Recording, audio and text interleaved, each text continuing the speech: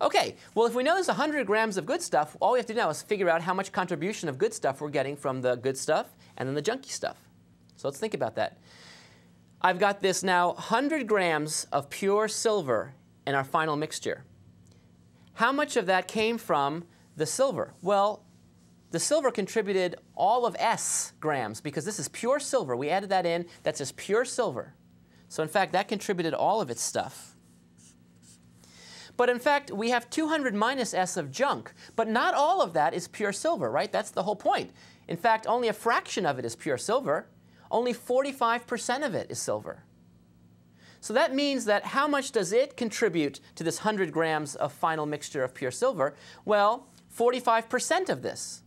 And what's 45% of something? It's just 0.45 times the amount. So let me recap what I just did here. I know I have 200 total. But out of that 200, only 50% or 100 of it is pure silver. And now I want to see how that pure silver got there. Well, it got there because I added in S amount, S grams of just pure silver. And then out of all this junk, it actually contributed, 45% of the junk contributed pure silver.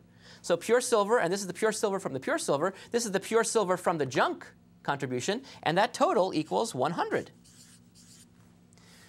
Phew! OK, the hard part is behind us. Now we just have to solve the dumb thing. You can see that actually the actual math stuff is not that hard. The real hard stuff is converting from the words to here. And I'll tell you something. In my opinion, that's really what the math is, going from the words to here. This is the math. The rest of it now is just routine stuff.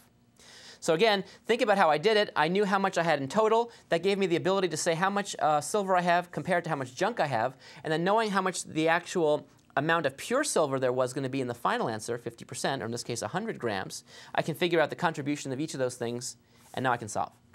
So let's do that. S plus, and I'm going to distribute the 0.45. If I distribute the 0.45 throughout here, I'm going to see, well, this is actually going to be, how can I write this? Well, I can write this as 45 over 100. That's what 0.45 means, times 200, and then minus 0.45 S. Notice I'm distributing. Again, don't make any kind of classic mistakes now. This is not a good time to do it. Everyone gets hit with that 0.45, and that equals 100.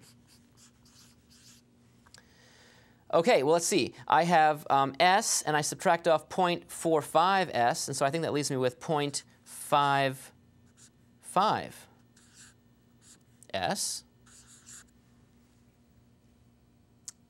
OK, and then here I can get I have some cancellation here. Those zeros can cancel out. And I'm just left with 45 times 2. 45 times 2 is 90. And I have 100 on this side. If I bring the 90 over, I'm subtracting 90, which would give me 10. So this would equal 10.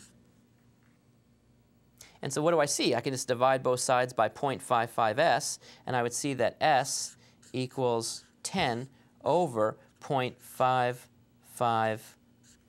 And if you work that out, if you just divide that, you'll see 18 and 2/11 grams. The units here are grams. So the question is, how much silver should we add to this thing to make this beautiful dog collar? Well, it turns out that the answer is we need 18 and 2/11 grams of pure silver. Therefore, the rest has to be the junk. So when I put it all together, I get exactly 50%. By the way, does this answer seem reasonable? Well, I think it sort of does in the following way. This is not going to be a mathematical argument, but think of it this way. Look, we have this 45% junk stuff at the beginning, right? And we only want to boot it up to 50%. So I mean, if we just take the 45 stuff and use no pure silver, we're pretty close to the final answer we want, right? Because it's 45%. Pure stuff, and I want 50%. So I just have to add in a little teeny bit to top off that 45% and make it up to just 50%. So we shouldn't be adding an awful lot, if you think about it, because we have so much, the junky stuff is so close to the right answer anyway. It's good to think about and see if you can reason through and make sure the answer is sensible. For example, if we got an answer, let's say we got an answer of 300 grams. That would be a very, very bad answer. Do you see why? Because the total is supposed to be 200. How can I, put in 300 pure silver? It just doesn't make sense. So always think about if the answer at least makes sense. This makes sense, and hopefully it's also correct. So you can make your cheapo dog collar, give it to your special friend. That person can wear it wherever they wear these things, and life is happy. Enjoy.